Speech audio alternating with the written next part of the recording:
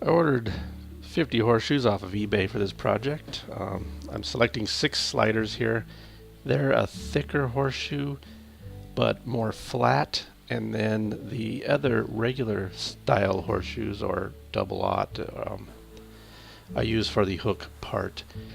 I'm just getting a good measurement for how long to cut the 2x4 I want to use, and also I have some 1.5 inch tubing. This is 12 gauge steel left over from my last project. It was sitting in some water, so it rusted, and I have to hit it with the wire brush to clean it up, which cleaned up rather easily. That's the nice thing about steel, is you can bring it back to life like that. The horseshoes, because they were actually on horses, were bent at the toe part of the horseshoe, and I had to flatten them out so that they would sit flat on the metal when I welded them.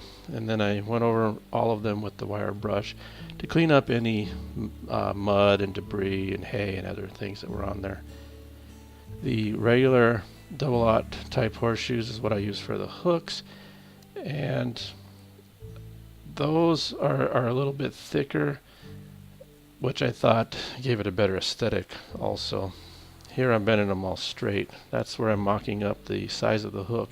If you cut a horseshoe in half, the hook angle to me isn't very functional. That's my opinion. I think if you want see how that hook is kind of more at a 90 degree or parallel with the back surface, and I think it just comes out a more useful hook. Once I had that piece cut, I use it as a template for the other 6 hooks that I'm going to make. Cut those off with the cutting wheel, and there's a little waste there, but you can use that for something else or throw it in your scrap pile. This is where I realized I should have hit this with the wire brush before I cut them, but I scraped them, hit them with the wire brush. It was a little more difficult to handle a smaller piece, but they all cleaned up rather nice, so you can get a good weld, and later I could paint them without any problem. 31 inches is what I ended up cutting these to, so I could have a 28 inch 2x4 underneath the horseshoes. That's giving about 1 inch on each side of the horseshoe, so you can see the paint behind it. Using the cutoff or the chop saw here to do the 45 degree angle. This leaves a bit of a mess on the cuts. It's not exactly a clean cut, but that's okay because I got to hit it with the angle grinder anyway. It's good to bevel the edges when you want to have a good weld penetrating in there, to grind the weld flat on the metal.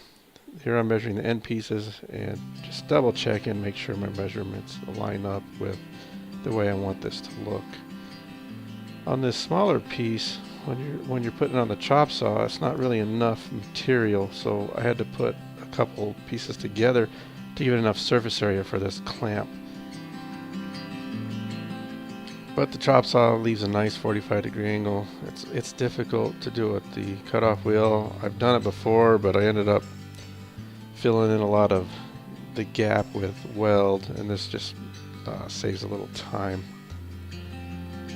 Like I said, those edges are a little messy, so hit it with the grinder and angle the edges a bit to get that weld in there nice, to weld it or to grind it flat, because I want that to be the look, the finished look, that it's all one single piece of metal with the horseshoes on top and the horseshoes being the center of the focus. Since the 2x4 is going to be the piece that goes in there in the end product, it turned out really easy to just clamp the 2x4 in there and then square up the end, which went rather quickly. And as you see, I'm laying down quite a bit of weld, so when I grind it down, I don't have a lot of pitting or pockets or holes in there. I want it to be as smooth as I can get it.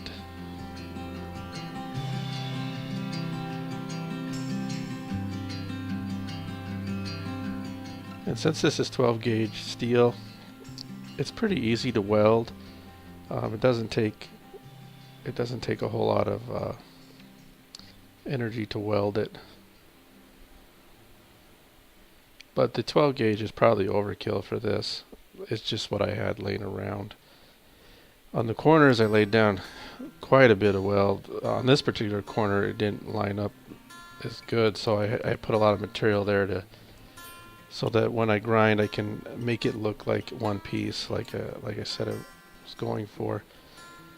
Ended up grinding for probably 20 minutes or so to get it nice and flat and smooth.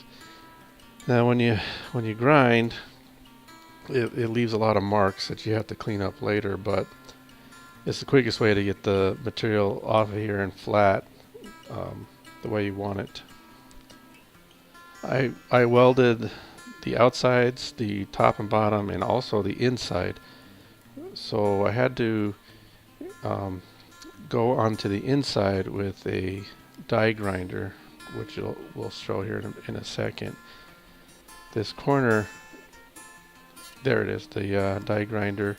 Clean that up. Although you're not going to see that because it'll be covered by the wood, I wanted the piece of wood to slide in easily and snugly, and to do that I think the die grinder is the easiest way to clean that up. This is 120 grit flap disc to take out all the marks that the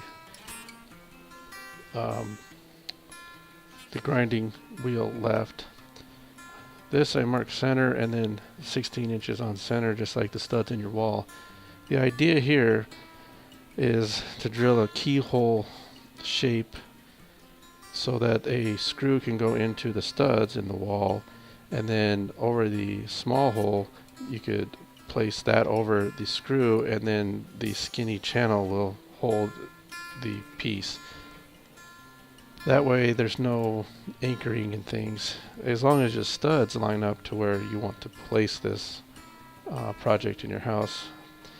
Now I use my drill to kind of get through the small parts of metal between there. I don't recommend that. You could break your bit, but if you do it, don't use a lot of pressure and wear your safety glasses.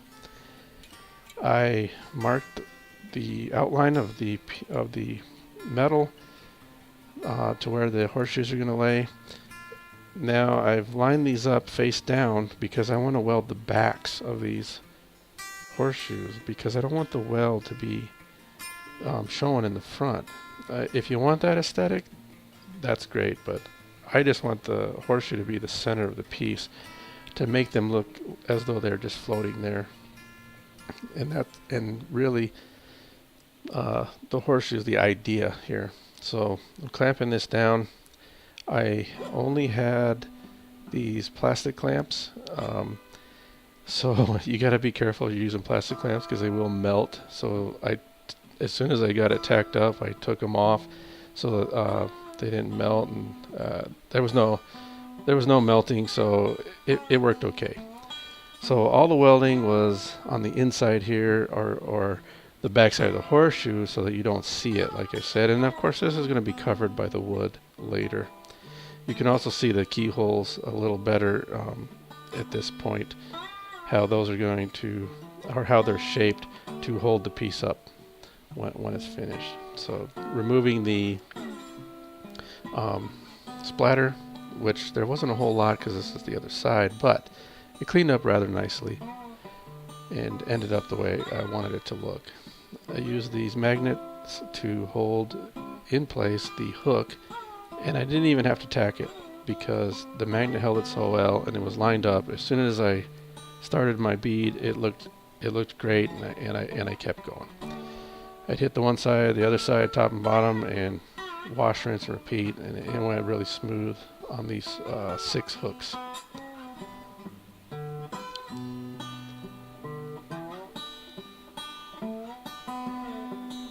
You know, some days you have good welding days and bad welding days, and that particular hook right there, I stuck got the stick stuck on there a couple times, but that's why I checked it right there. It went really quick, but I checked the strength of it just to make sure I didn't have to pull it back off of there, but it was fine. It was strong, the weld held, and it looked okay.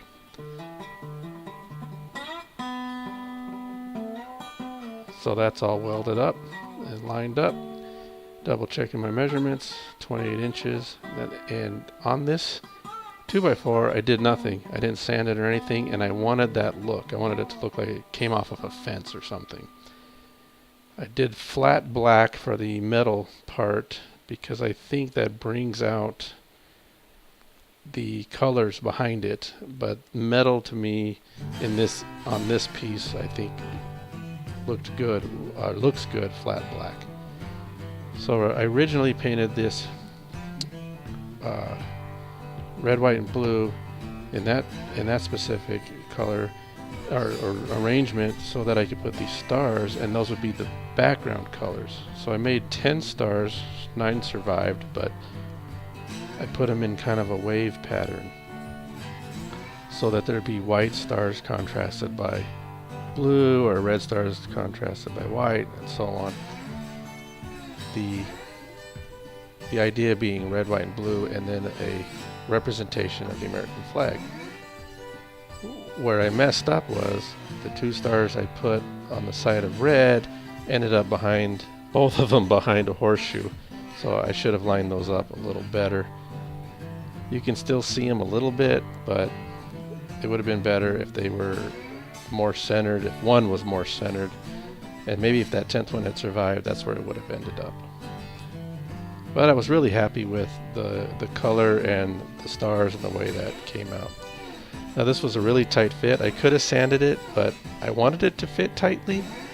But it took a lot of energy to get this in there, and I don't think it's coming back out with any less effort.